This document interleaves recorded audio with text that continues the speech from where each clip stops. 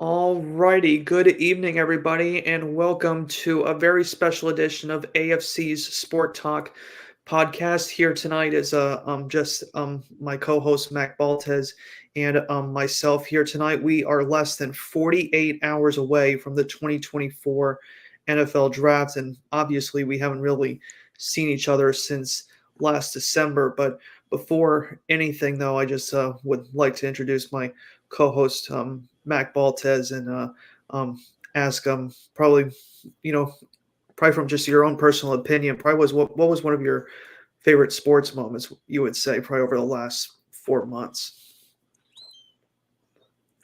Thanks, Alex. It's a pleasure to be back. Pleasure to be here.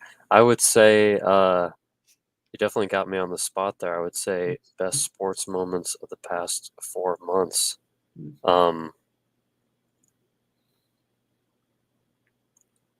I know this is kind of a cop out of an answer, but I'm a huge baseball fan.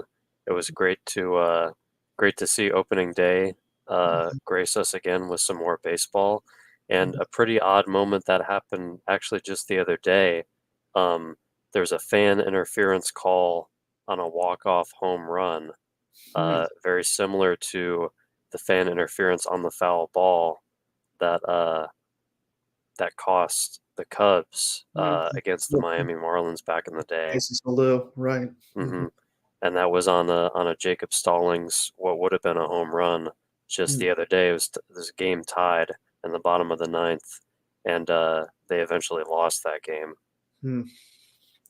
Certainly some weird fan interference plays. We kind of also could probably maybe think along the lines as well as probably thinking of not only just the Moises Alou play, but the infamous Derek Jeter one in the I think it was the '98 ALCS, I think, against the Orioles. I think that was another controversial fan interference thing, but certainly we'll probably discuss a little bit more into Major League Baseball in just a little bit here. But before we probably discuss a little bit about the NFL draft, kind of going back to essentially kind of where we left off last December, certainly just an amazing NFL postseason last year. Obviously, the Kansas City Chiefs kind of finally righted the storm a little bit on their run to their third Super Bowl victory over the last 5 years, but certainly some really other great storylines as well. Green Bay with an incredible defeat over the Dallas Cowboys in the wild card round. Detroit Lions incredible run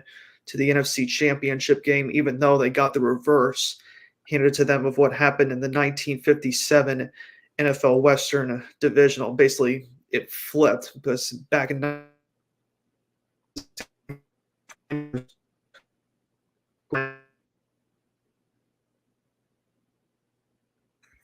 lost a little connection there, um, but as I was saying, though, it was Detroit, though, then who eventually flipped the script in 1957. But then it was San Francisco doing what they did in Detroit in the second half of that game. But kind of thinking back, though, to that NFL postseason, Mac, probably what was one of your biggest takeaways from the NFL playoffs?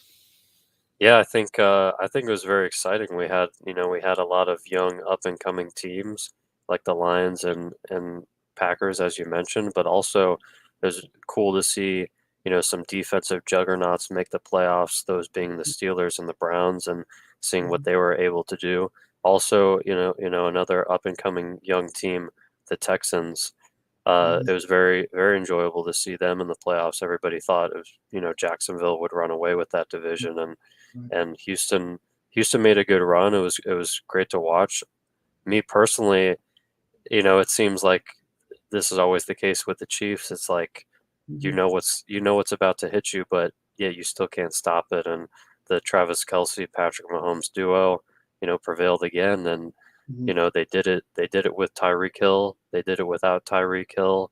Obviously Rashee Rice, another good up and coming receiver that they've grabbed or that they drafted. But I'm interested to see if although they've done it 3 times, if they're going to be able to do it again, especially with an aging Kelce. But ultimately, just a great team. And then throughout the offseason, crazy moves. Whether it's Pittsburgh adding two new quarterbacks, Yeah. or I personally think that Houston and Detroit have had some of the strongest Hmm. signings or trades of the offseason. They both look to be, I would say, huge title threats, especially based on what they did last year and how far they made it, plus the moves that they made.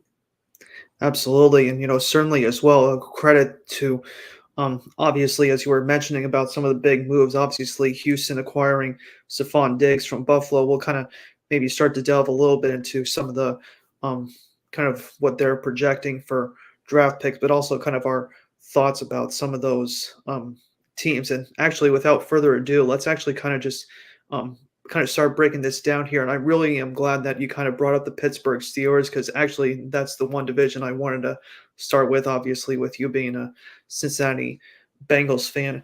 My biggest conundrum that I really had was when Pittsburgh acquired both Justin Fields and Russell Wilson. When they got those two guys, I remember saying this to someone, you almost kind of have like one of those scenarios like if you have two quarterbacks you almost have none is kind of like what I have always kind of thought about. I kind of remember like when this was before both you and I were born, but when the Giants had Phil Simms and Jeff Hostetler, because Simms had won the Super Bowl in Super Bowl 21, and then it was Hostetler who took over Simms in 1990. But then basically the 1991 season rolled around. Parcells actually um, briefly retired before he came back to New England. But basically, both Hostetler and Sims competed for the starting job, and essentially for the next 2 3 years, it just kind of bogged the Giants down. They just weren't as relevant as they were under Parcells, and I'm just kind of was really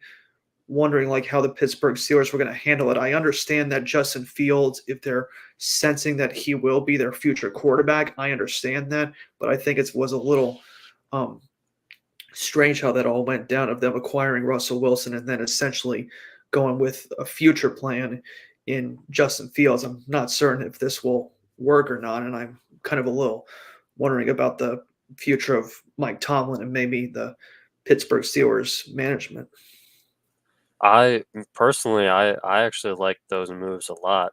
I mean, I understand that it doesn't make a ton of sense to have them both and to make moves for both, but we have to remember that, this is Russell Wilson on a minimum deal. Mhm. The lowest they could sign him for, they did.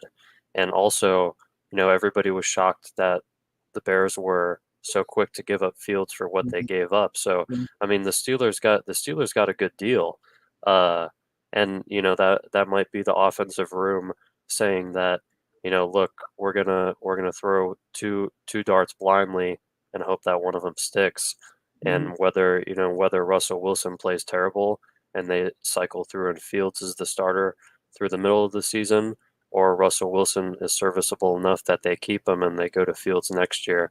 I think, especially making the playoffs last year with, Kenny Pickett, Mhm. even Mason Rudolph at times, Yeah. both of those two quarterbacks are definitely a step above that. And if Mhm. the defense can stay as good as they were last year, they can definitely make the playoffs with one of those two quarterbacks.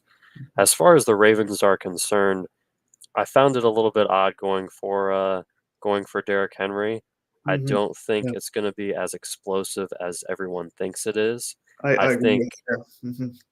losing Gus Edwards and obviously J.K. Dobbins not returning, Mhm. they had a great running attack, but not necessarily a great running attack because of who the running backs were, but who the Ravens were as an offense. Mhm. And I think if anything, Derrick Henry might lack the versatility that they might be looking for out of the backfield. I mean, obviously, they're still going to run really well. Derrick Henry is going to help that. And, Lamar Jackson is still going to do his thing. But if I'm a Ravens fan, I'd much rather have kept Gus Edwards and signed a better receiver than just to sign Derrick Henry, especially when there was a lot of running backs made available and a Mhm. lot of running backs available in free agency. Mhm. As far as the Browns are concerned, they kind of, went through a bit of a carousel with a Mhm. backup quarterback, but are looking for Deshaun Watson to be ready for week one. And then as far as the Bengals are concerned, kind of a mind-boggling deal to deal away Mixon because it Yeah. only saved them a handful of millions of dollars, especially Mhm. when Mixon had expressed loyalty to the Bengals. Right. Uh, and then really haven't done anything huge in the offseason. Signed Von Bell back from the Panthers, who they signed away from Cincinnati, um, and then also are looking for more 1 year options at tight end with Mike Mhm. Gesicki. Um, there's rumors that they'll take a tight end in the first round, perhaps Brock Bowers, but Mhm. probably a better chance that they take an offensive lineman. Um, I'm Me personally, I'm most interested to see how the Zach Moss and Chris Evans experiment goes. I Yeah. think Evans is very talented out of the backfield when it comes to catching passes. Um, and I think Moss is definitely serviceable as a running back. Mhm. Um, but I think it's going to be left more up to the scheme of the offense rather than the success of those two runners. But especially for, the deal that Moss got, peculiar to see why they let Mixon go, especially to, a team that they could be facing in the playoffs, these next few years, especially with the young CJ Stroud. So definitely interesting for Mhm. those four teams.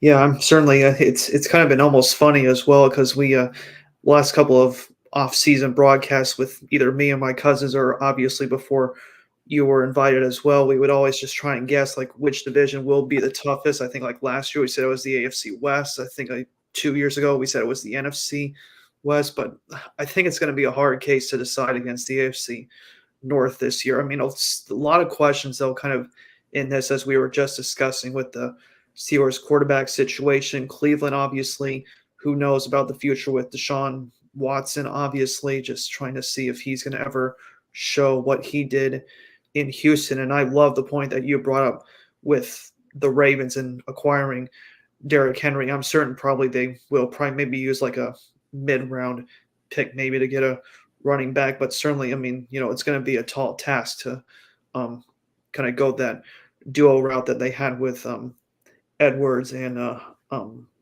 and their other backfield teammate last year. And then as far as your Bengals go, I'm not trying to say this in the slightest, but I mean, I've always kind of said this about like with Mike Brown and Duke Tobin, and I kind of remember this about I think when Carson Palmer even mentioned this. I think when he was after 2005 is like when he said like they almost felt like they were going to modernize their team after essentially that 2005 season. They were going to hire a real GM. They were going to try and really build around him, but they just didn't hold their end of the cards. And I really don't want Joe Burrow to have to just be constantly beaten up because he's just been not so much as far as the preseason goes, but I mean still, I mean he's been pretty beaten up, ever since he came into the league, and they got to get an offensive line around him, which I completely agree with you that they need to go O line in that first round and on Thursday.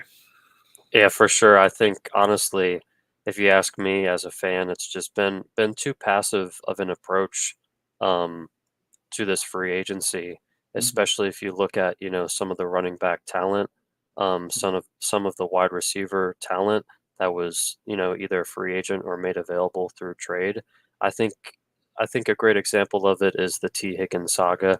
Mhm. And how that went along in futures or in seasons prior was that hey, we're going to let it ride with T and blah, blah, blah, blah, blah. However, now he's expressed that he's wanted to leave.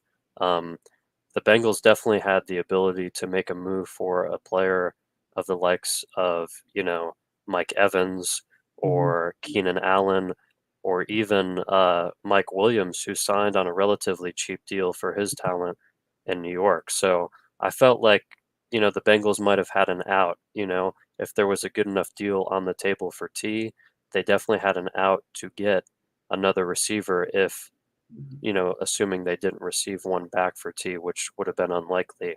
So I just don't really love the passive approach, and especially in the NFL, you're looking to gain either draft capital, if not player talent. And if this becomes a situation where T leaves us next year and we don't win the Super Bowl this year, which doesn't look likely, knowing what we are now, Right. then what was the point? It will be interesting to kind of see how, like I mentioned. I mean, certainly I'm probably thinking, I'll probably bet my dice on the AFC North this year, probably being the toughest division from top to bottom. I mean, obviously, like we just mentioned, we'll see what happens with the circumstances come the NFL draft on Thursday and Friday. And one thing I will promise you this as well is one of the really cool things that I have done either during the NFL draft or basically like right after it is what I decided to do is like during the draft, I essentially kind of like go through each team's draft picks. I kind of like oversee their rosters and everything.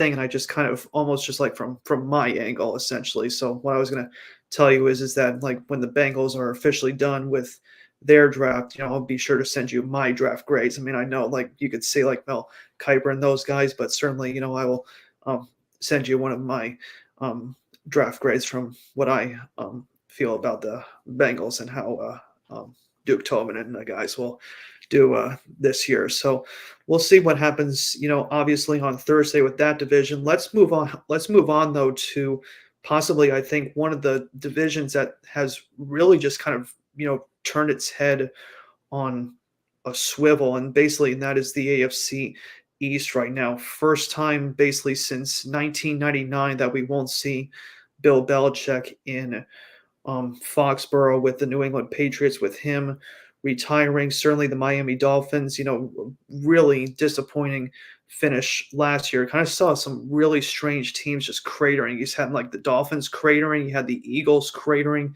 last year after such strong starts, and they just couldn't finish the deal. And we just mentioned Jacksonville Jets kind of in the Rodgers saga year number two. I'm not really that confident about them. And then we just spoke about with the Houston Texans essentially getting the Buffalo Bills' most talented receiver in Stephon Diggs. So probably my question to you is this about the AFC East. How do you think this division is going to fare this year? Because obviously I think some people are probably saying that maybe Buffalo's still the team to beat with Josh Allen, but I think if I was to take a hard press look right now, I think the Dolphins right now, I think might be the team to fear, but probably not the team that's going to essentially be able to represent this division year in and year out. I mean, that's what I got from basically how crazy this offseason's been for the AFC East.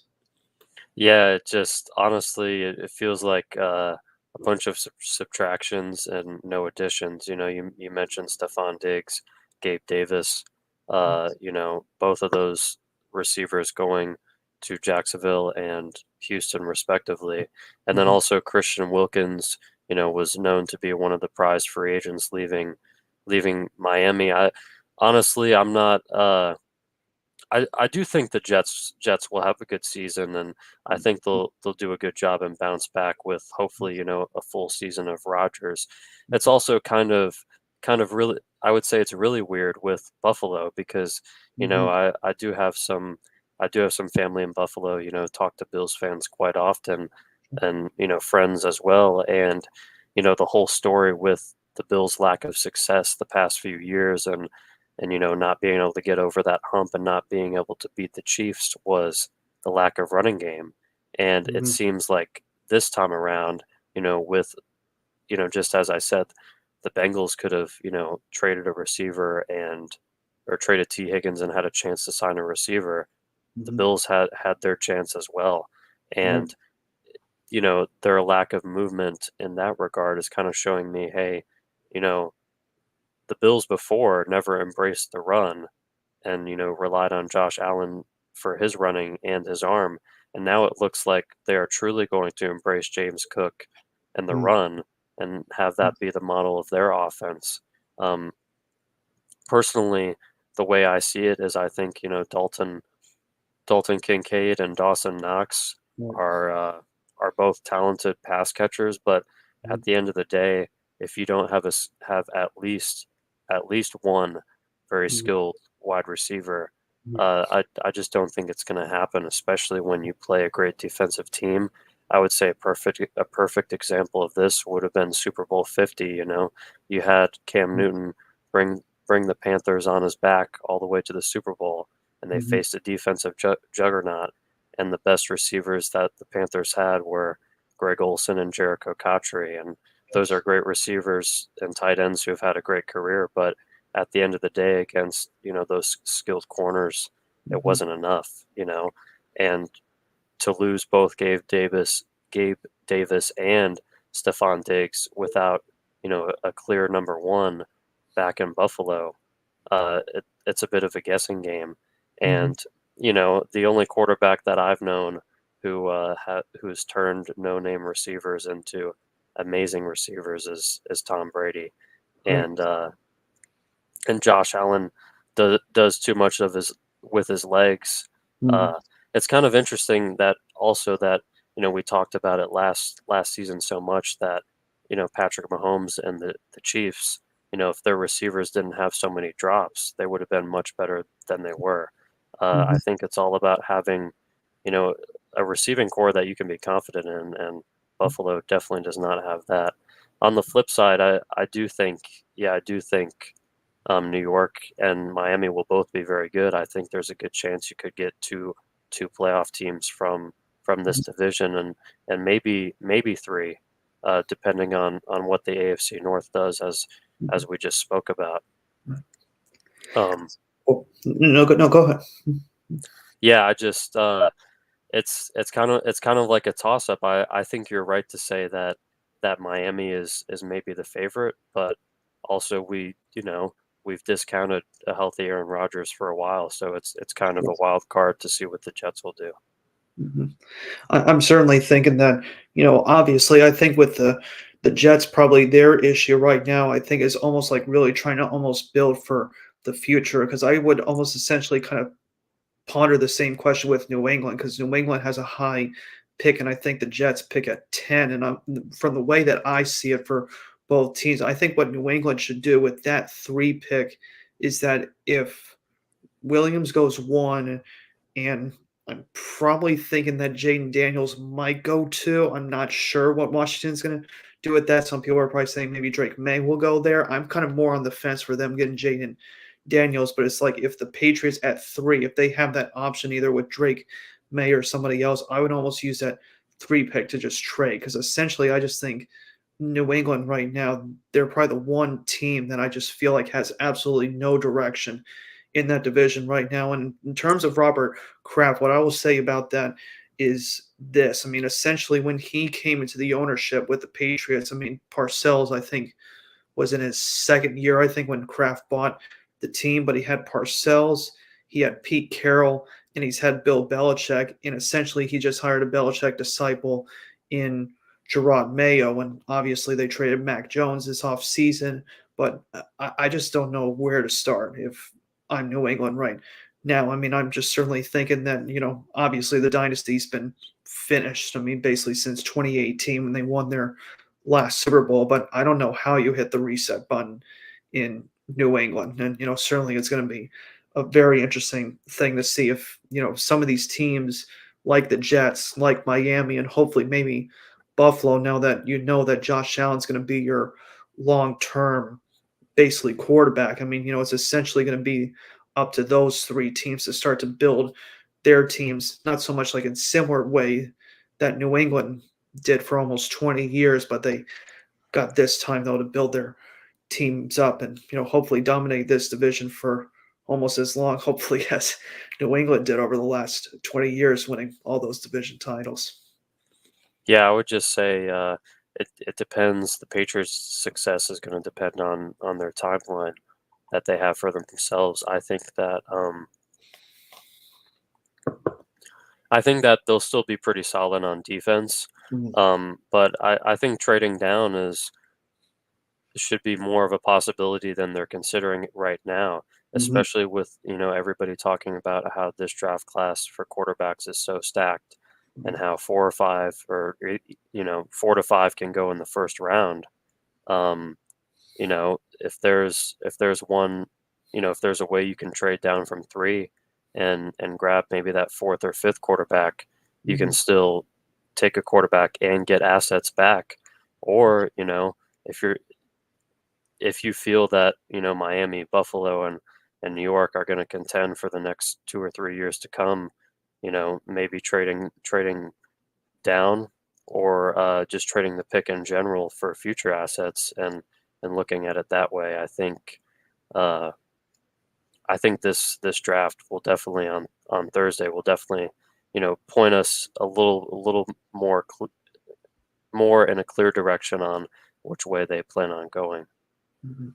Certainly, it's going to be very interesting to see how that goes down. I mean, certainly I've kind of seen, some other teams as well, probably even trading back as well, but we'll probably touch base on that a little bit later, or probably see what we can do. But that'll probably go ahead and do it though for the AFC East. But actually, what we're going to do now is actually we're going to take a little bit of a break actually from the NFL actually, and I actually wanted to kind of jump into something you and I were talking about over the phone the other day, kind of maybe just delving a little bit into the NBA playoffs right now. And from me to you, obviously, as I mentioned to you, I'm just kind of seeing like right now, obviously, we're seeing what Milwaukee and Indiana are doing right now. Obviously, my Knicks are up 2 games to none, and I'm really confident, obviously, that Boston will take care of Miami, but probably just kind of getting your thoughts on the NBA um, playoffs right now, and certainly as you were kind of hoping, you really feel that this might be the year for Boston to finally bring the Celtics home another championship. I was trying to remember actually when is the last time they brought one home? When's the last time Celtics won one? I believe that was 2011, the Big Three Celtics Oh, that's right. taking down the Lakers. Right. Yeah, honestly, NBA has been amazing. This Mhm. is probably the best first round playoff matchups I've seen in forever. I don't necessarily love the play in, but you can't deny that it brings a certain intensity to, Mhm. the seven through 10 seeds that you wouldn't normally have. Still, I do still feel as though it's a cop out to have a league of 30 teams and give 20 of them the opportunity to make the playoffs. Right. But, especially in the on the western side of things, with how quality those teams are, it was good to see the play in. Obviously, you got that Warriors Kings matchup, Mhm. and then on the east side of things, you did get to see a Philly Miami matchup, which, honestly, Jimmy Butler's health would have made that first round series against the Celtics an amazing series to watch. I would say Course. the only snoozer so far of a series has been Cleveland and Orlando, with Right. Cleveland pulling away those first two games. But Yes. a, a good Suns Timberwolves game, game one, they're gonna play tonight, or they're playing as we speak, and then with Giannis out for the Bucks, it's gonna be interesting to see what Dame can do against Indiana, and makes that series a whole lot easier for Indiana to win with no Giannis. But as far as the Celtics are concerned, yeah, I think for sure they're the team to beat. Jimmy Butler's injury helps them tremendously. Mhm. And honestly, if you're a Celtics fan, you wanted to avoid the Heat, you wanted to avoid the 76ers, and Mhm. perhaps you wanted to avoid the Bucks. And, Mhm. although they didn't avoid the Heat, Jimmy Butler could perhaps be out this entire series. Mhm. If Right. Boston were to take care of that business, you likely see them against Cleveland, who's 2-0 so far, which, compared to Milwaukee or Philly, you know, that's that's that's a good matchup. And uh, then you'll have then you'll only have to play one of the Sixers or the Bucks. And as we mentioned, the Sixers are are 2 games down. Mhm. So likely, if Giannis stays out, you might get the Knicks, you might get the Bucks. I would say for sure the biggest threat to the Celtics would be the winner of the Knicks Sixers series, because Likely. Yeah. the Bucks are not only unhealthy but very poorly coached. Mhm. And Doc Rivers hasn't done anything No. since being hired. But that's a whole nother conversation. But yeah, the Knicks are a great team. They play great team basketball, and honestly, if they were completely healthy with Julius Randle, we would Mhm. be having a whole nother conversation. That's But true. personally, I think, the Celtics with their gritty defensive guards are Mhm. going to be able to um, put Jalen Brunson scoring at bay. And once you do that, you're kind of getting a mixed bag from the Knicks. Once Brunson is contained, you're looking for a hot shooting night from DiVincenzo Mhm. or Bogdanovich off the bench. So yeah, I definitely think the Celtics, as long as they can stay healthy, I know Kristaps Porzingis, Mhm. has had that issue in the past before, but Mhm. just the way they shoot the ball, you know, I can maybe name one player in the Celtics rotation that doesn't shoot the three at a high level, and that might be Xavier Tillman, who they grabbed at the trade deadline. And there was only one player last year who didn't shoot the ball very well, and that was from distance, and that was Robert Williams, who never Mhm. attempted three. So their ability to play positionless basketball and break the offense down with Tatum and Brown and kick it to open shooters, has made their offense one of the best that we've ever seen. Finishing the season as one of the top five offenses when it comes to scoring of all time. Mhm. It's going to be really interesting, and obviously, with my Knicks, probably just briefly touching on them. I think what's amazed me with their 2 wins against Philly is that we haven't seen really the best of Brunson. I mean, Brunson's kind of really struggling in both these games, but probably the one thing I would say I'm pretty impressed about with my Knicks so far is really just kind of how deep their bench is. I mean, obviously we were just talking about Hardenstein and Josh Hart, and certainly Miles McBride coming up huge the last 2 games. I've just kind of been waiting for this Knicks team to just finally just be set up like this for so many years. I mean, I was basically like a young kid when I was watching, like, when Allen Houston and probably the end of the Ewing years when that was happening, when I was probably only like 5 or 6. But just they have never really had the patience to really build or mold something like this in a long time, because basically when they won that division title in 2012 with Melo and Sotomayor and Novak and those guys, I mean, that was a really just old veteran roster. I mean, this is a young team. I think that's just going to continue to improve. And certainly we also discuss about the West as well. Certainly Sacramento's a young up and coming team right now. The Oklahoma City Thunder, certainly a team that's, I wouldn't say not quite ready to give Denver or some of the other teams a run for their money, but they got a really young core. Denver's got a really young core. I mean, it's probably just going to be, a completely changing of the guard that we have kind of been seeing for a while. Of some people saying might this be the end of the Warriors, or this might be the Lakers swan song. Just probably just seeing all these young teams just starting to finally build it up the right way. And I just think, for me, guiltily, I'm just kind of happy that the Knicks have finally kind of gotten the memo and started to finally, follow what these other teams across the NBA are doing right now. And certainly we're going to see an incredible postseason all the way through, hopefully, to the NBA Finals, which hopefully will be with your Celtics winning the championship. Yeah, hopefully. I would say one last thing on the Knicks, obviously made a great trade for some depth at the deadline, and I think they've yet to see the best of OG Anunoby as well. But also, it can't go without being said how great of a job Tom Thibodeau has done, and how great they've looked. As far as the West is concerned, and that new guard you're talking about, I think look no further than the Thunder.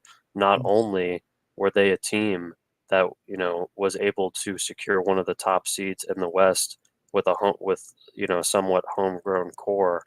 Obviously, traded for Shea back in the day, but with Chet and Jalen Williams and some of these other guys, a very very homegrown roster.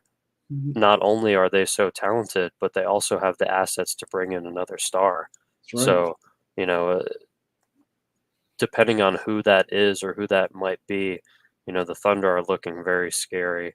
Mhm. Whether that's a guy like Donovan Mitchell, Mhm. or a Paul George reunion, or whether that's maybe a young rising star rather than an older one. I think the Thunder will definitely probably run the West for years to come, and Mhm, Sam Presti did such a good job. mhm, As far as the Nuggets are concerned, they're just going to keep having to pinch pennies, if you will, because you have your Jamal Murray, you have your Jokic, but as good as they are, it's all about the involvement that they can get from their role players, especially mhm. on their title run.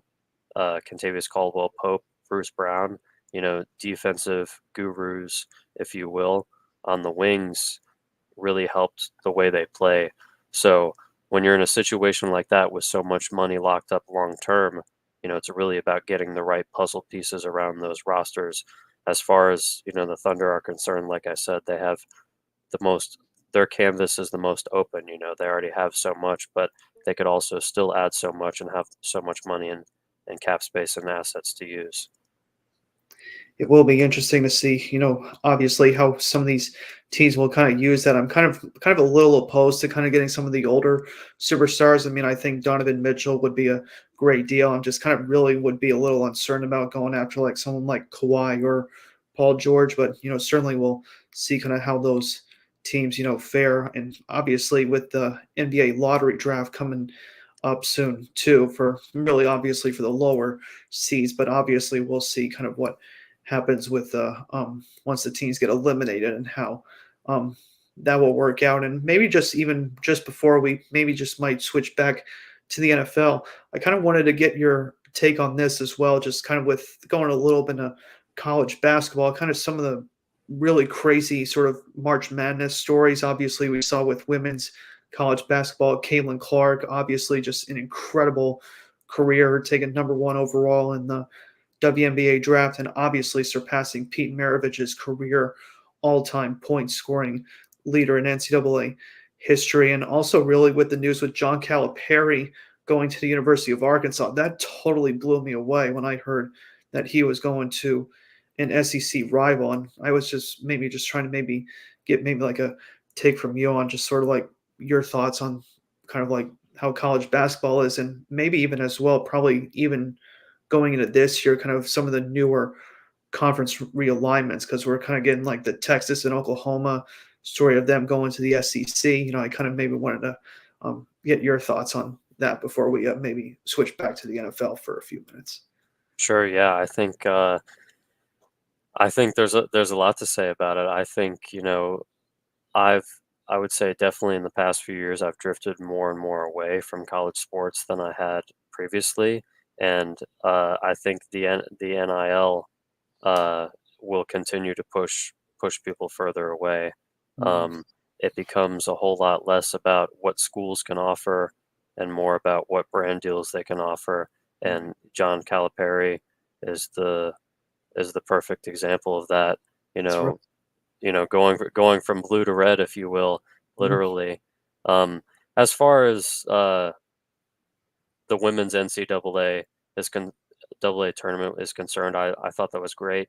Mhm. It was great to see the storylines of you know the rematch of LSU versus Iowa, and Mhm. then also you know South Carolina looking for some revenge, also going for an undefeated season versus Iowa in that final. I think they did a great job for the sport, and Really. honestly, with how much of a foregone conclusion it was with UConn, you know, and the viewership numbers that were brought back, perhaps many could say that the women's was way more entertaining than the Mhm. men's.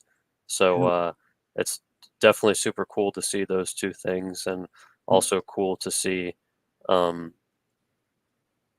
see such high level competition. I would say the only main difference from the women's and men's is that there's no Cinderella story in the women's. Unfortunately, Right. the top teams are always going to be there in the end, and that is always a foregone conclusion. There's no such thing as an upset in the women's bracket. The only real upset is when you know when Iowa beats UConn or something of that nature. Right. Um, So no true upsets in the women's NCAA tournament, but honestly, just great basketball all around this year for sure. Yeah, and probably just really probably maybe one last funny item of business. Obviously, I have no inkling, but I think this was like from one of our local things. I think they were mentioning. I think they were asking for Don Staley to become the next head coach of the Charlotte Hornets. I just I remember I think it was like first things first or something. They were talking about this. They said like it seemed like more of a punishment if she went there, but I just probably maybe wanted to get that take from you. I just think how groundbreaking do you think it would be? Because obviously for me, I think one of the really early things that I saw, I think was like Rachel Balkovec, I think was her name. I think she became like the first female manager when she took over. I think it was the Yankees. I think was it double A or single A? I can't remember, but I think like she became their first female manager, and we're kind of really seeing women just kind of really just break all these incredible barriers. Obviously, as I just mentioned with Caitlin Clark beating Pete Maravich's all-time um, points record, I just kind of really kind of maybe wanted to get that from you. I mean, just like, do you really kind of feel like women in the professional sports industry, would probably continue to break further ground than they've already have? And do you think it's probably possible that we could see maybe either a female head coach in the NBA, or just probably what do you think might be the next ground breaking step for women's and basically male dominated sports leagues? Yeah, sure. I think that's definitely a loaded question, but an important discussion to have. Uh, I think that it's going to be tough. I think Mhm. it's going to be very tough for a woman to get that first NBA head coach job. I True. mean, once that happens, I think the rest of the dominoes may fall. Mhm. However, that first one is going to be difficult, and there's always going to be questions on what the locker room looks like. Right. Can this woman, this female coach, really have control of the locker room? I definitely don't doubt that ability, and I think, you would need a strong presence of perhaps an NBA veteran as an assistant coach that's very well respected, because at the end of the day, what you're looking for from your coach is you're looking for a wealth of knowledge and experience. And a lot of NBA coaches have former NBA experience, and Mhm. obviously the NBA being a men's league, as much WNBA experience as they might have, they don't have, that WNBA or that NBA experience, because there's very few Becky Hammonds, if you will, who are females who were assistant coaches. Mhm. As far as the Hornets and Don Staley are concerned, who knows what the Hornets are going to do? They had Steve Clifford, they fired him, they signed James Borrego, a new coach, and then they brought Steve Clifford right back. I just read a report yesterday that they're going to interview JJ Redick, and who in the world knows what Charlotte's doing, I know. especially as a head coach. But yeah, I think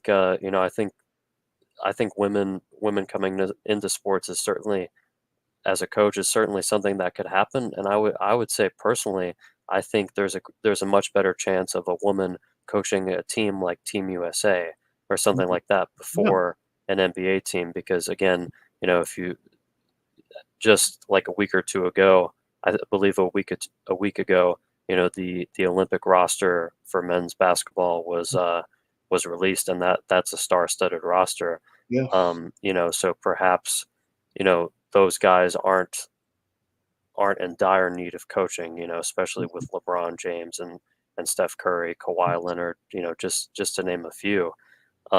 If you bring a female coach there, she has a chance to show off her wisdom and perhaps get backing from some of the best players in the world, It's true. and that could really transform not only a, a female coaching career, but Mhm. also she could do her thing as a coach while still letting the players do their own thing as well.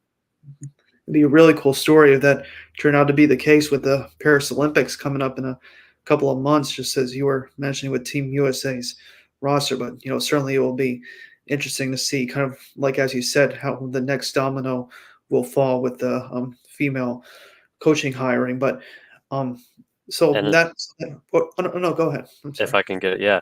And also it's worth mentioning that I believe Steve Kerr has said that Paris is gonna be his last run as Team USA coach, so perhaps Wow. that does segue into a new coaching opportunity for the US because Steve Kerr is stepping down after this Olympics. Mm. All the best wishing Steve Kerr as well. Obviously, just seeing as we were just mentioning, seeing how maybe Golden State will probably have their future decisions. Certainly Steph Curry, obviously the homegrown star from Davidson. I wouldn't say like I've been one of his biggest fans, but obviously once that run at Davidson all those years ago, I mean, obviously a hometown hero, and certainly he's going to be treated like royalty. Ever since when he retires and he comes back here, maybe coaching would be in his future as well. But that'll be a conversation for another time. But how we're actually going to do this, actually, just kind of going back to the NFL here, is what we're going to do actually now is instead of probably just maybe going into some kind of a long discussion, I think we're about 45 minutes in here, is what I was going to do here is essentially, going like from the AFC South and the AFC West, essentially, what I think what Mac and I are going to probably do here with these two divisions to kind of wrap up the AFC is probably maybe see like which of these teams like need probably the bigger needs, probably just in terms of position. So probably like I'll just probably just go first here. Obviously probably for the AFC South. I mean, Jacksonville, I think, has their quarterback, obviously, in Lawrence. I mean, I think we kind of knew what my cousin Sam was saying in December, like how he kind of said, like, he hasn't really shown his superstar status yet. CJ Stroud's probably number one in that division, and certainly Anthony Richardson for our co host, Billy McGee, who unfortunately wasn't able to make it here tonight, but still, I think, Anthony Richardson, he's got an untapped future, and certainly Tennessee kind of just seeing what kind of future they have in Levis. I wasn't really the biggest Levis fan at Kentucky, but just kind of really seeing how that AFC South looks. I mean, certainly you could say it's Houston's division to win now based on their offseason, but as far as Jacksonville and Indianapolis go, I'm just kind of really uncertain how um, they will kind of address some of their team needs. I mean, I think you were just mentioning, Gabe Davis obviously is in Jacksonville, but you kind of almost want to start, with one of these teams. As I said, this division hasn't really kind of been anyone's division per se, basically since Peyton Manning retired in, well, not retired, my bad, but just like after he got hurt in 2011. But it's just kind of gone all over the place, and no one's gotten a really strong hold on this division since Peyton Manning left for Denver. Yeah, I think Jacksonville made a blunder, if you will. I would say Houston really hit a home run with their off season, like I mentioned before. But you look at Jacksonville, and you much rather, especially with the wide receiver talent in this draft, you much rather trade up and draft a receiver than you would giving Gabe Davis all the money that they ended up giving him. I think one of the better, most underrated tight ends in our game is Evan Ingram, and the Mhm. connection he's been able to establish with Trevor Lawrence was very, very, very successful last year. Um, with with all that money going towards Gabe Davis, especially looking at this upcoming draft, and like I said, like I've mentioned, maybe two times so far tonight, with all those receivers that were made available, whether that's, like I said, the Chargers duo Mhm. or Stephon Diggs, you'd much rather I'd say you much rather go for a young guy than especially sign Gabe Davis for as much as they did. Mhm. Yeah, certainly. I just kind of think, with Indianapolis, as far as I'm concerned, I think, really kind of one of the biggest conundrums, obviously, was with the whole Jonathan Taylor thing when he held out early in that season. Certainly, and I just kind of feel like this way about kind of with Anthony Richardson as I kind of do with almost like kind of the Drake May is almost, it's like you don't know, like essentially, like how high his ceiling could be because obviously Richardson was just 1 year full on starter at Florida, and obviously I don't think he started the full season. But I just think Indianapolis has got a really young core right now, and certainly Tennessee. I just think you know I can't believe how quickly Tennessee blew that thing up with, Vrabel obviously, gone now. I mean, Brian Callahan's coming in and, they hired a new GM. It's like they almost just like hit the full reset button on that organization basically like in 1 or 2 years flat. So, certainly, I mean, with the AFC South, as I'm concerned, as we were kind of mentioning, kind of how the postseason might be, maybe there might be three teams in the AFC um, North, and certainly maybe two teams likely in the South. Certainly as I mentioned, I mean it's going to be few far in between. With some of those teams that might just be on the outside looking in, but certainly the AFC South, I think, is probably worlds beyond ahead of like probably what I have seen of the NFC South right now, because the NFC South with their quarterbacks. I mean, Mayfield's probably there. Carr's age is starting to get up a little bit, and certainly Carolina trying to see what they got with Bryce Young, and Atlanta kind of going with the old tradition of giving Kirk Cousins all that money. It's just going to be really interesting to see, how these teams kind of in 48 hours from now, just really just kind of use the draft and really for the rest of the offseason to just see, how quickly these teams can build themselves up, because a lot of people are just kind of trying to follow the Brock Purdy or the rookie quarterback deals, just build these teams up when they're young. And then essentially when you just feel your Super Bowl window is either closed or is still open, I mean, you want to give your future quarterback a long-term extension, but obviously, I mean, you'll be um, basically handicapped by, how much, the quarterback would be owed by the salary cap, which is why people have been humming this offseason out with Dak Prescott and some of these quarterbacks that have huge cap spaces against them. Yeah, I think you mentioned the Titans. I think it's kind of interesting. They kind of went one step forward, two back, and then all of a sudden with the Tony Pollard and Calvin Ridley signings, very baffling with what they're trying to do. I also Yes. thought it was quite telling to see Kirk Cousins sign with Atlanta. Mhm. There had been rumblings that the Kirk Justin Jefferson duo was not a happy duo.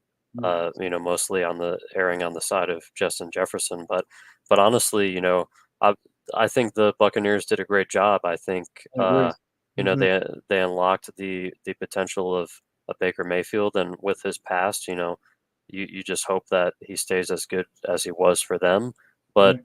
honestly, a huge deal to bring back Mike Evans. Mhm. One of the most underrated receivers in our Mhm. game. Right. Um, truly a special talent. So for them to be able to bring those two guys back, and then with Atlanta making the big move for Kirk Cousins, I would say that's your two horse race right there. Those Mhm. those two teams. As far as Carolina is concerned, honestly, you're hoping for anything better than what Bryce Young and Frank Reich put together last year. Um, I there's still, if you ask me, there's still questions on the coach that they ended up with. It felt like they had much better alternatives. Um, so yeah, you're looking for anything better because at the end of the day, it's not like I don't think Panthers fans or the Panthers organization would be able to fathom that. Not only did they get fleeced by the Bears, but the quarterback that they selected isn't the one of the future. Um, Yes. if it was me who made that decision, I wouldn't be able to believe it. I would still let it ride with Bryce Young. So, yeah, I don't think they're going to get rid of Bryce Young No. with another bad season. But if that question were to come up, that would be very insane, especially for Charlotte and the city and the Carolina Panthers. As far as the Saints are concerned, they haven't done a whole lot at all. Mhm. Uh, No. just letting the Buccaneers and Atlanta take much larger steps forward Mhm. than them, and you could see a pretty big rebuild coming for them soon. Mhm. Certainly I've been kind of saying this for a long time. Essentially, I kind of almost like said it when Tom Brady essentially, when he got to Tampa Bay, and obviously Drew Brees was on his way out the door. I mean, probably one of my biggest questions at the start of this decade was essentially like, how are you gonna? I mean, like, which team is essentially gonna take the step forward or essentially have their spot in the future? I mean, we were just discussing about with Mayfield and the Buccaneers, and I just think what they essentially did with Mayfield last year is essentially, I don't think they not only unlocked his talent, but I think they have the strongest future, I think, for any team right now. Because obviously Cousins' injury history has been a bit of a concern, and obviously Carr's age is still getting up. If Mayfield can, obviously this is me probably saying hypothetically, but I just think if he's able to hold down the fort in Tampa Bay for at least maybe like 5 more years, maybe at least maybe get him back to the playoffs a couple of times. I'm obviously not thinking that they could essentially catch up to San Francisco and maybe the likes of Detroit. I mean, we'll kind of get into a little bit more in the NFC North and the West in a second, but certainly I just think Tampa Bay, with general manager Jason Licht, and knowing that they lost their offensive coordinator Dave Canales because now he's the coach in Carolina. I think this year, I think is going to be the most pivotal year, I think, in Mayfield's career. I think even bigger than what it was in 2020 when he had Stefanski and they got to, the Browns to the playoffs. I think if Mayfield could take another step forward and deliver Tampa Bay essentially its fourth division. Actually, no, strike that. I think it was, yeah, it would be their fourth consecutive division title in the last 4 years. I just think that could easily just slate him as not only Tampa Bay's quarterback for the future, but essentially like the future face of that division. Yeah, I'm half with you there. I do think Atlanta has the highest ceiling, Mhm. especially being much younger. But you're very correct in saying, we don't know what we're going to get from Kirk Cousins, Mhm. and if he does get injured, that's a bad day for Atlanta, and Mhm. they could fall off significantly. But Brady, Tom Brady got in and out, and when he Yeah. got in and out, the Buccaneers were still very skilled. It takes a Yeah. talented team to win a Super Bowl. He went in, he did that, and they were able to keep a lot of those main guys after Tom Brady left and in the transition between Brady and Mayfield. And so, yeah, they definitely are they definitely are very skilled, and a lot of playoff and Super Bowl experience on that roster. Mhm. It's going to be interesting to see, with the state of that division, really just kind of seeing how that division, basically picks it up. And obviously, Carolina obviously being kind of duped by Chicago, obviously not using their first round pick. Obviously, Chicago will have the number one overall pick on Thursday. Probably just trying to wrap this up a little bit. We're kind of almost like about an hour in here, but probably maybe just kind of discussing on some of the other divisions as well. We kind of maybe glanced over the AFC West and the NFC East, the NFC North, and the West. I'm probably just gonna to first the NFC East right now.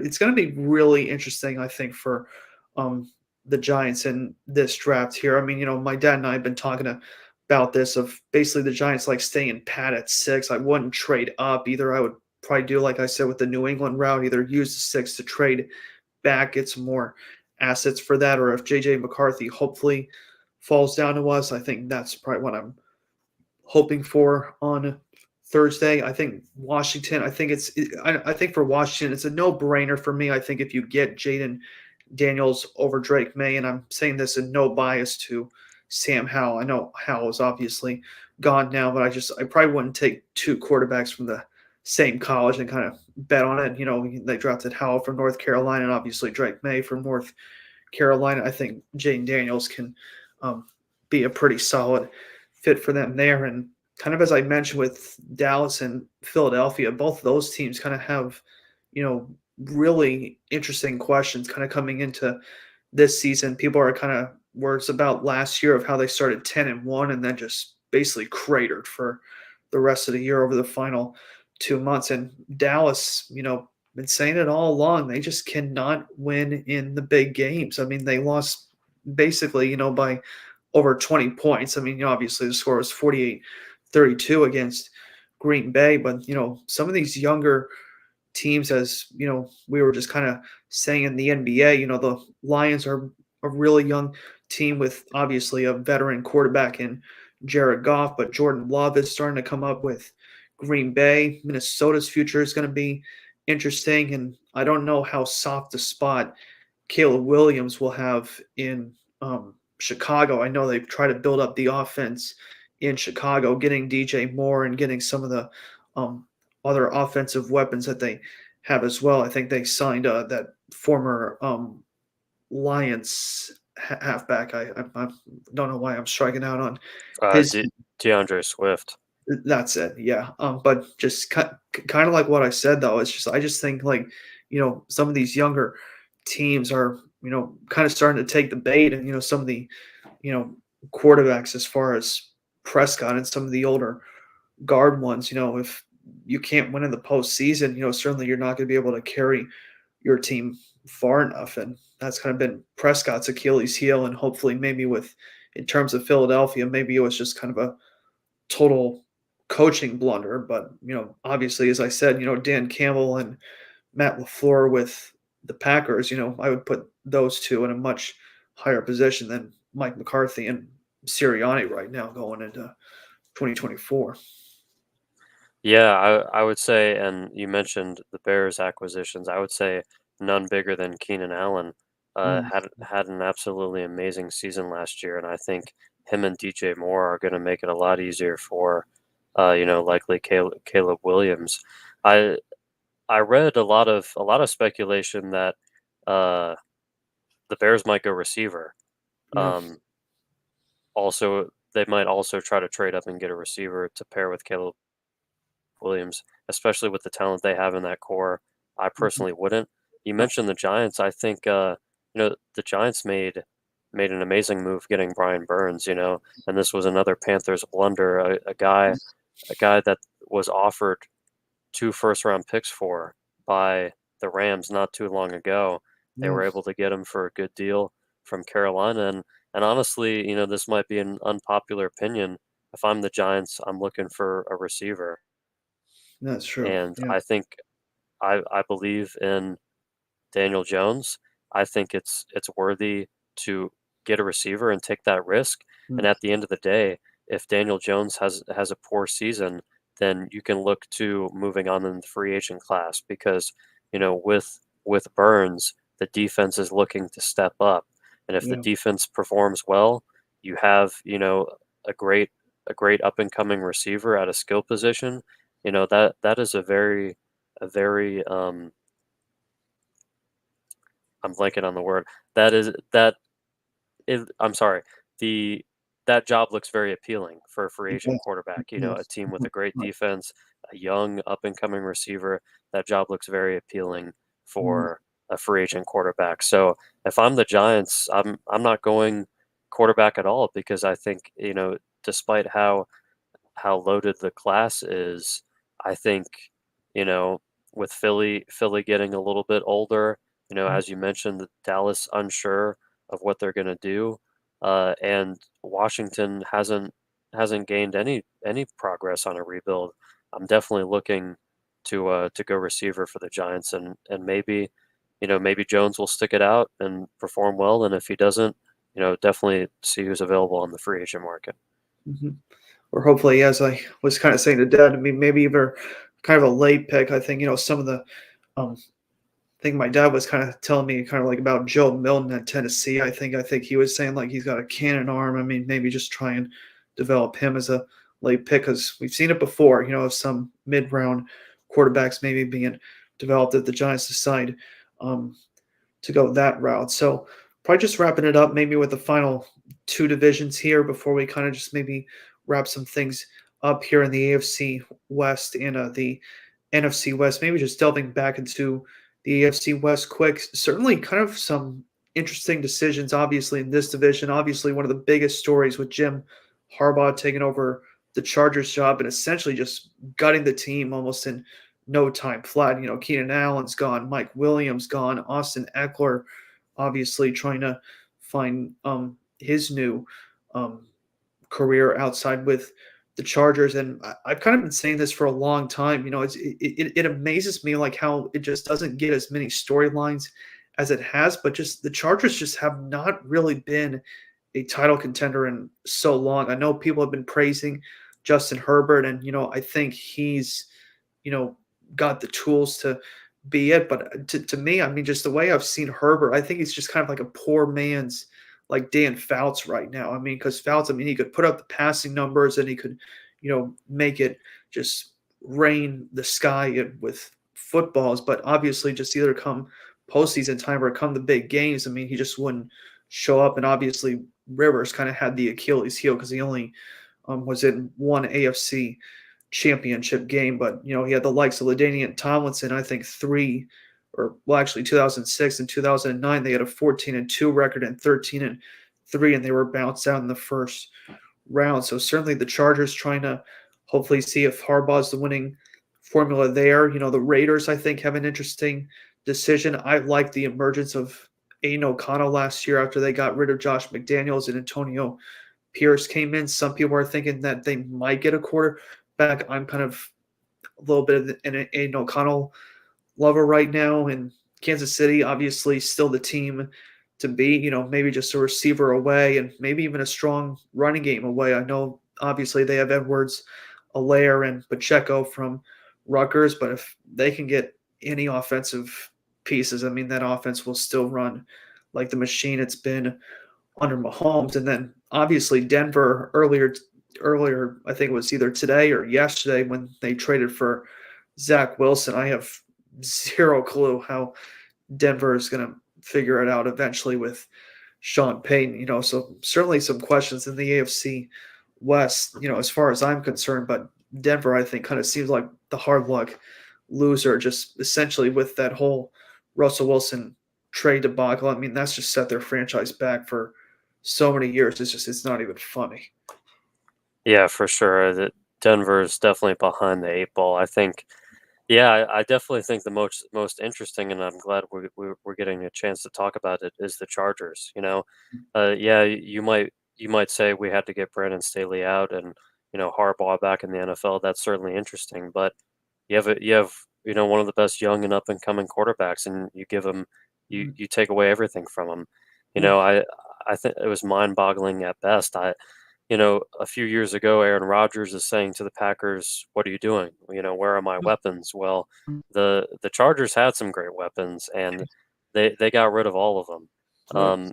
And even if they wanted to move on from Austin Eckler or they wanted to move on from Mike Williams or Keenan Allen, you can move on from one of those two receivers, keep the other one, and perhaps make a move for one of the free agent backs that was available. It was completely mind-boggling. If anybody needs a true receiver, we're talking about Buffalo and we're talking about the Chargers. As far as the quarterback situation in Vegas is concerned, I'd be surprised if they go quarterback. I would say Obviously they like what they saw with Aiden O'Connell, but also made a move for Gardner Minshew as right. well in the offseason. So I'd find that I'd find it interesting if they did move for a quarterback. And the Chiefs are sitting pretty. The Chargers have some work to do. The Raiders have some questions to answer, and the Broncos, we might as well wait to talk about them for another couple of years.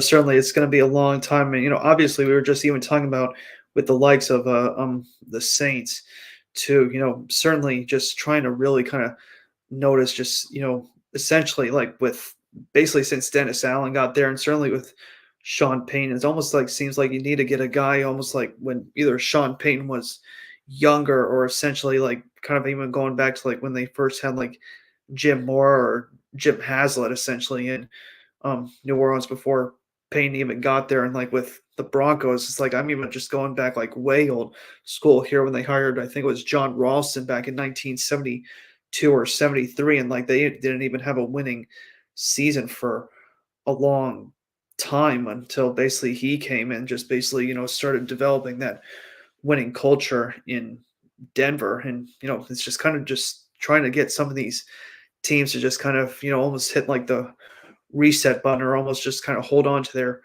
franchise quarterbacks for too long or just are unable to develop a team with, essentially without a talent. Because as I was just saying, I mean, the Saints had, Drew Brees, and obviously the Broncos had Elway, and essentially they've, kind of struck out on developing quarterbacks almost, for the rest of their franchise's histories.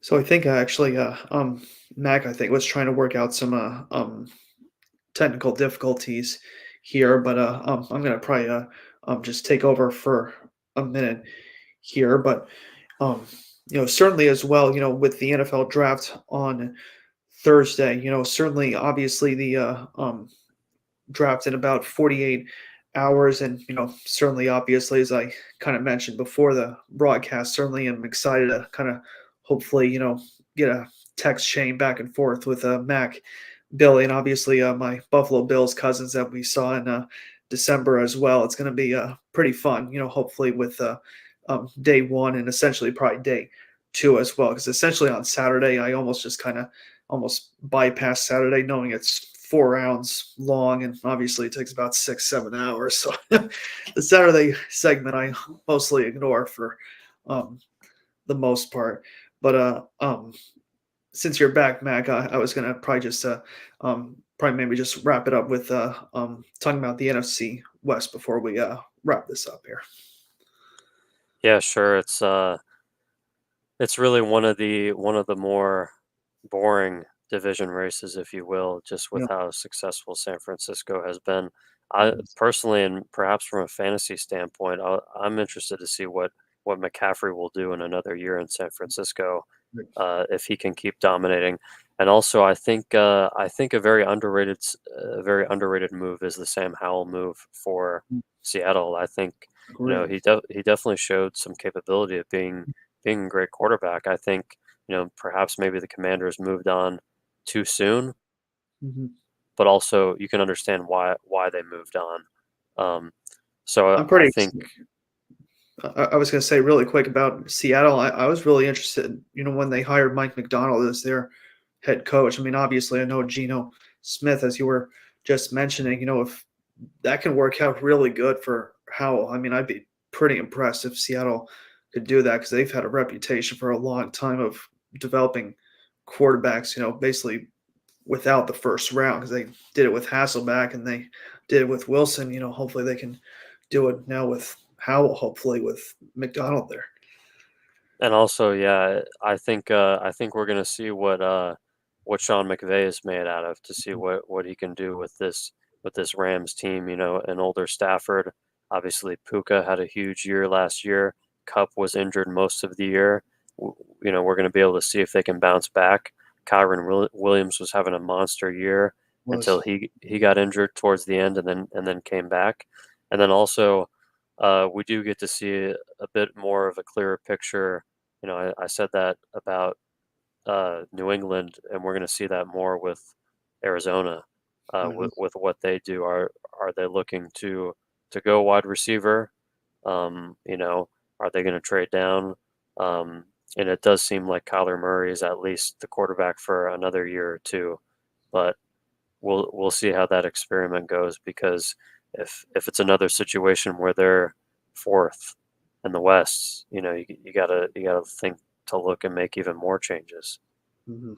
Arizona certainly has trying to figure it out. Certainly getting Kyler obviously in 2019, and certainly trying to maybe write the script for that one season when they finally turned it around. But certainly, kind of as it was the story last year, it just kind of seems like with Arizona. I mean, when Kyler can get off to these fast starts, but then like basically the second half of the season just kind of seems that Arizona is kind of cratered under um, Kyler Murray's expertise, but obviously I don't think he's really had a great head coach. And I think Jonathan Gannon, what he did last year was such a suspect roster. I mean, certainly obviously the 4-13 record that he had last year, I mean, basically didn't strike anybody, but certainly, I mean, given what he basically had talent wise, I, was probably the most surprised from him, probably more than Shane Steichen when those two um, Eagles coordinators of their Super Bowl team 2 years ago when they went there. I mean, obviously Steichen, I thought, did a pretty commendable job with Richardson and those guys, but I think Gannon, just knowing just how suspect that roster was, it will be interesting to see how they kind of fare with this offseason, and especially with the first 3 rounds of the draft. Yeah, I thought it was honestly kind of weird because Kyler Murray was obviously not available, and the Cardinals were somehow hanging in games, and a lot of their games early in the year they actually could have won, No, but ended up losing. And Josh Dobbs didn't look bad at all. He no, looked pretty good, but then the trade deadline came around. They shipped Dobbs off again, who was just traded again after being traded from Cleveland. Um, yeah, it was wild to see him go to Minnesota after the success he was having in Arizona, but it was clear that Arizona wanted a top pick from the get-go. Mhm. So I think actually that's going to probably do it though for our NFL conversation. Certainly it's going to be um, fun, obviously, with seeing our favorite team see who they decide. Obviously, with all 7 rounds of the NFL draft, I'm probably more focused on watching it on ABC. Actually, one of the things I really love about ABC's broadcast with Herb Street and all those guys is they kind of really focus more like on the college stories that um, they have, and I think it was just kind of so cool. Like last year, I think like when the Giants drafted like John Michael Schmitz, I kind of expected them to probably talk about it, but I guess they were mentioning about something. I guess like he and his family like set up like a rescue dog mission or something, and just like it's amazing to kind of see like what the behind the scenes stories from these college athletes, even as well across the NFL, which is why we've developed the Walter Payton Man of the Year award for the best player, obviously, how we helped out in his community. And, certainly I'm eager to see some pretty surreal behind the scenes stories, obviously, on ABC in a few nights. But I'll let Mac actually kind of have the last word here, or unless if there was kind of any other sports headlines you probably want to discuss before we wrap this up for the night. Yeah, sure. Just happy to be here and be here again and talk sports again. I think we're overdue at one point for some baseball talk. So definitely, as the season just started, we'll have to maybe do a little mid-season grades. Maybe around All-Star break and Sure. see how that's looking. But I've been enjoying it. Baseball season, basketball playoffs, and obviously getting right into the draft, and also for the Premier League and soccer. Mm, That's been an amazing race. All the other major leagues like in Germany and France and Italy have all been decided by now, but the Premier League is a nice three-horse race with Arsenal, Man City, and Liverpool. So it's mm, all been fun. It's been a great season so far in 2024 for sports. So I've been enjoying it. yeah. And actually, just probably right before I actually kind of know that I kind of talked about my Knicks and the Giants a little bit, I kind of wanted to ask you, how are your Cardinals looking, and also kind of like with the Lightning as well with baseball and um, sorry, the NHL. Yeah, NHL is looking interesting as well. I just neglected to mention we're about a game into the playoffs. We're gonna see, being from North Carolina, see what the Hurricanes can do this year. The Mhm. Lightning are down 0-1 so far in a Florida series, Panthers versus Lightning. As Mm, far as the Cardinals are concerned, just looking a little bit weak. The mm, offense has been horrendous. They got a big walk-off win last night, but Nolan Gorman and Paul Goldschmidt have struggled tremendously. I think it's kind of ironic how the questions coming into the season were going to be starting pitching because they signed Sonny Gray, yes, they signed Kyle Gibson, yes, they signed Lance Lynn, yes, but all those guys are much older starters, especially Lynn and Gibson, and everybody was wondering, you know, is the pitching going to be what it was last year and the Cardinals be awful? And the answer was no. The Cardinals haven't really been shut out. I'm sorry, not been shut out. Uh, haven't been put up a lot of runs against. Maybe one or two games the pitching has held firm, but the offense hasn't been there. The pitching's done an amazing job of keeping the Cardinals in games. Sonny Gray's been great in his 3 starts. I believe Lance Lynn is either 3-1. I believe is 3-1. Kyle Gibson, of the three that I mentioned, has been the worst so far. But Steven Matz, having a great start to the season as well. Yeah, the Cardinals are doing well. Just the offense isn't doing them any favors. So we'll see if they can get it back on track. Like I said, I thought pitching would be the biggest issue. Now it's the offense. So hopefully, hopefully the offense can bounce back while the pitching remains good, and hopefully they don't flip flop where the offense is really good and the pitching is really bad. But the Reds, Pirates, and Cubs and the Brewers have been very surprising after having traded Corbin Burns. They still look, really solid. So the Central is going to be a much more difficult race than I thought. But I think we're early enough where the Cardinals still might have a final say before we get to around All-Star break. Mhm.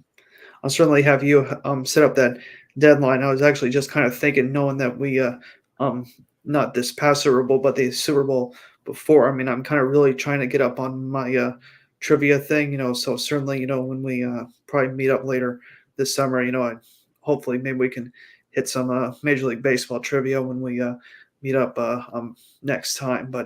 Um, but I think that's going to go ahead and do it for us here tonight, though, on AFC's Sport Talk podcast. Thank you to everybody who has joined us here tonight, and feel free to tune in for our next broadcast. And certainly, obviously, with the NFL draft coming up on ESPN, ABC, and NFL Network on Thursday, Friday, and Saturday. Look forward for myself, actually, as I mentioned to Mac, that I will be releasing NFL draft grades for all 32 teams. Essentially, once the NFL draft is done and all the picks are made, yours truly will actually do some NFL draft history research, as well as some research on these athletes in college and how they can make an impact on the professional level here. So this is Alex, Chris, and Mac Baltez signing off here tonight on AFC's Sport Talk podcast, and we look forward to seeing you hopefully before the MLB All-Star break later this summer. Have a good night, everybody.